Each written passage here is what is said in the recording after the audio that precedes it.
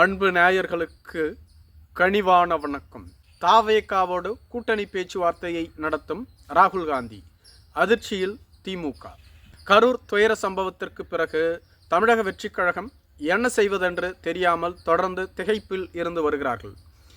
தமிழக வெற்றிக் கழகத்தின் 2ஆம் கட்ட தலைவர்களின் மீது தொடர்ச்சியான வழக்குகள், அவர்கள் அனைவரும் தலைமறைவாக இருந்து வருகிறார்கள். இதனால் விஜய் அடுத்த கட்ட நகர்வு குறித்து தனது ஆலோசகர்களோடு தொடர்ந்து ஆலோசித்து வருவதாக கூறப்படுகிறது.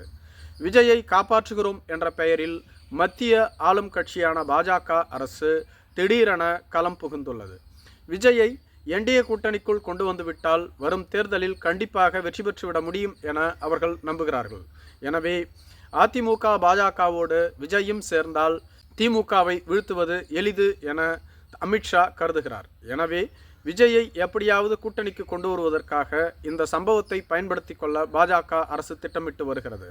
ஆனால் ராகுல் காந்தி அவர்களோ பாஜக அரசோடு விஜயை கூட்டு சேர விட்டுவிட்டோம் என்றால் எதிர்காலத்தில் என்டிஏ கூட்டணிக்கும் அது ஆபத்தாக முடிந்துவிடும்.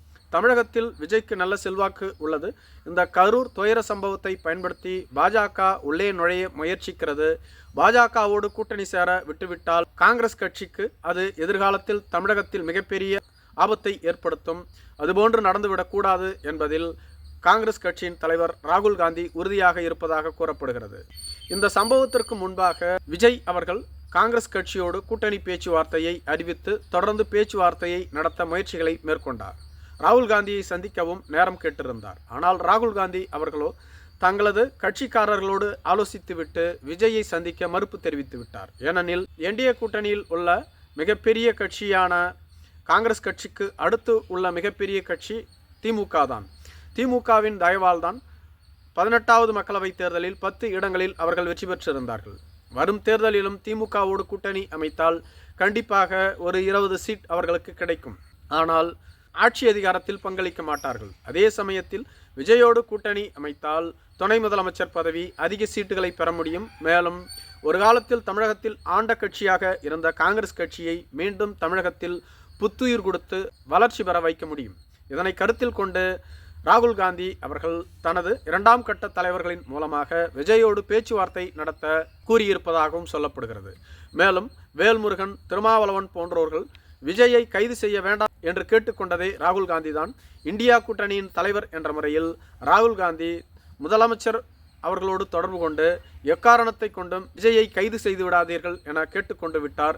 எனவே தமிழக அரசு விஜயை கைது செய்யாமல் அமைதி காத்து வருகிறது. விஜயின் மீது எந்த வழக்கையும் பதிவு செய்யவில்லை என முதலமைச்சரின் மீது அடுக்கடுக்கான குற்றச்சாட்டுகளை முன்வைத்து வருகிறார்கள்.